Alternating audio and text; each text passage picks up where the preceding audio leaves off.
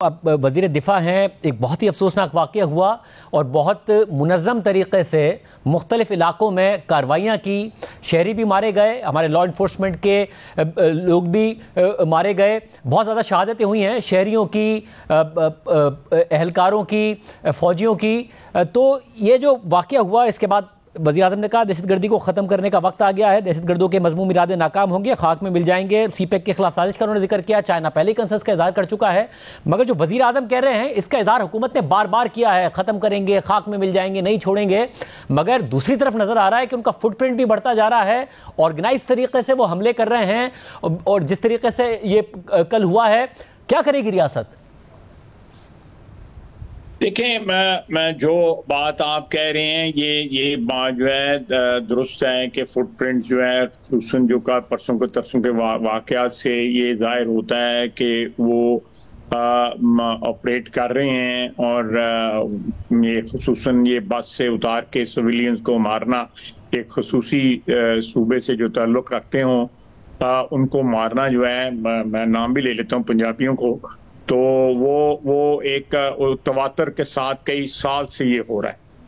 اور I D card ان کے دیکھ کے ان کے اہل خانہ کے ساتھ ان کی خواتین کے سامنے جو ہے نا ان کو مارا گیا جو ہے،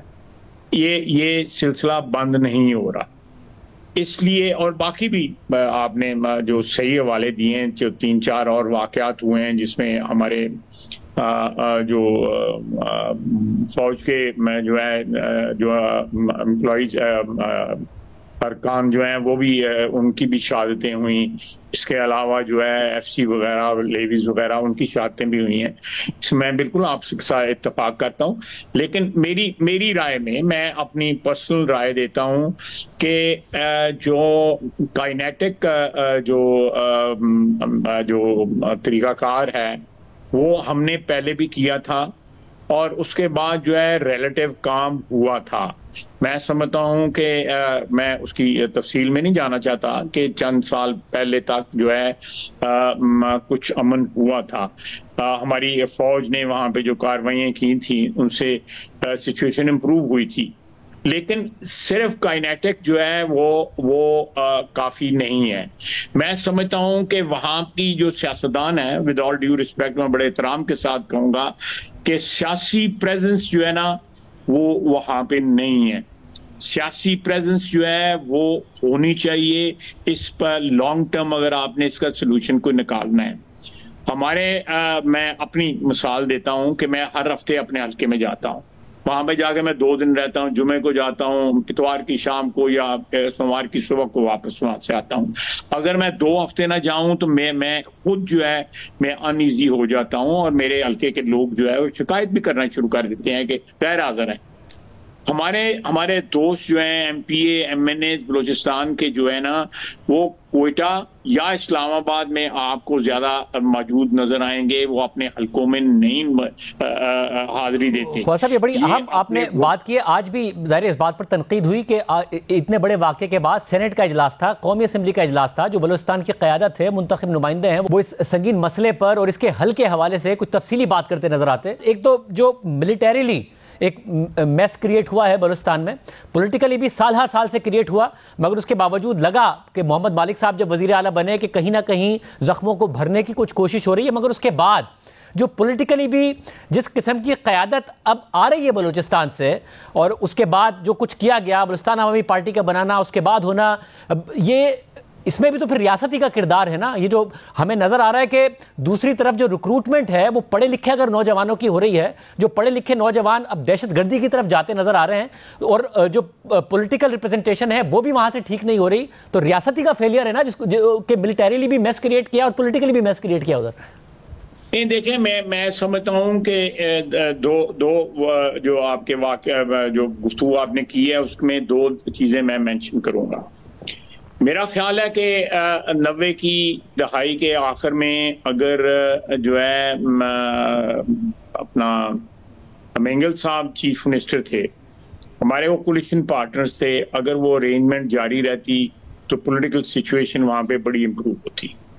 اس کے بعد دوسرا موقع آیا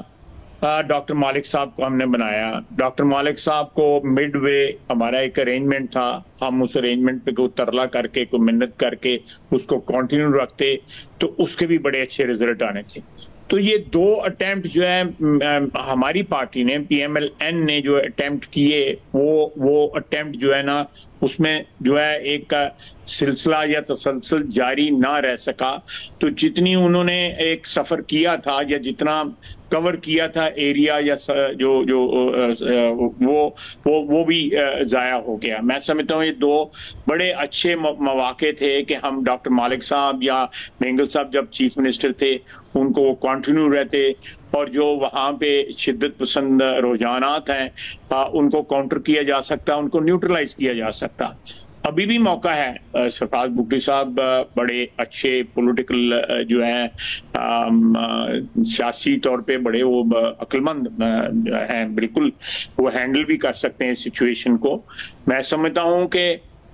ساری پولیٹیکل قیادت کو کسی بھی پارٹی کی ہو بلوچستان کے اندر, وہاں پہ لوگ جو ہیں ہم سے اختلاف ضرور رکھتے ہیں, بہت سے لوگوں کے ساتھ ہمارے اختلافات ہیں, لیکن میں ان کے جو سیاسی کریڈینشلز ہیں ان کی نفی نہیں کر سکتا. ان کے سیاسی اسٹیبلش کریڈینشلز ہیں ان کو بھی جو ہے انوالو کیا جائے. باقی پارٹیاں جو وہاں پہ ہیں, نیشنلسٹ پارٹیز بھی ہیں, پیپلز پارٹی بھی ہے, پی ایم ایل این بھی ہے, اور وہاں پہ پارٹیز بھی موجود ہیں. ان کو اپنا رول پلے کرنا چاہیے. جو خلا پیدا ہوا ہے ان کی ایبسنس سے یا میں سمجھتا ہوں کہ ان ایکشن سے جو خلا پیدا ہوا ہے اس کے اندر جو ہے دہشت گردی کے رجحانات, جو آپ نے بالکل صحیح کہا ہے کہ پڑھے لکھے لوگ جو ہیں یہ جو دہشت گرد جو ہے جس نے اپنے آپ کو بلو اپ کیا ہے ڈے بفور یسٹرڈے, وہ پڑھی لکھی خاتون تھی. تو یہ رجحانات جو ہیں ان کو آپ نے اگر سافٹ کرنا ہے, ان کے جو رف ایجز جو ہیں ان کو ختم کرنا ہے, یہ سارے رجحانات جو ہیں, تو اس کے لیے پولیٹیکل انیشیٹو نمبر 1 پہ ہونا چاہیے. باقی جہاں پہ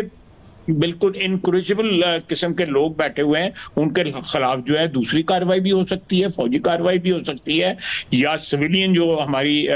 فورسز ہیں وہ بھی ان کے خلاف کارروائی کر سکتی ہیں. لیکن یہ دونوں مل کے انیشیٹوز ہمیں لینا چاہیے, اور نمبر 1 کے اوپر پولیٹیکل انیشیٹو ہونے چاہیے. اپنے حلقوں کے اندر, اپنے ضلعوں کے اندر, اپنی تحصیلوں کے اندر جو ہے لیڈروں کو, وہ M P A M N A نظر آنا چاہیے ان کو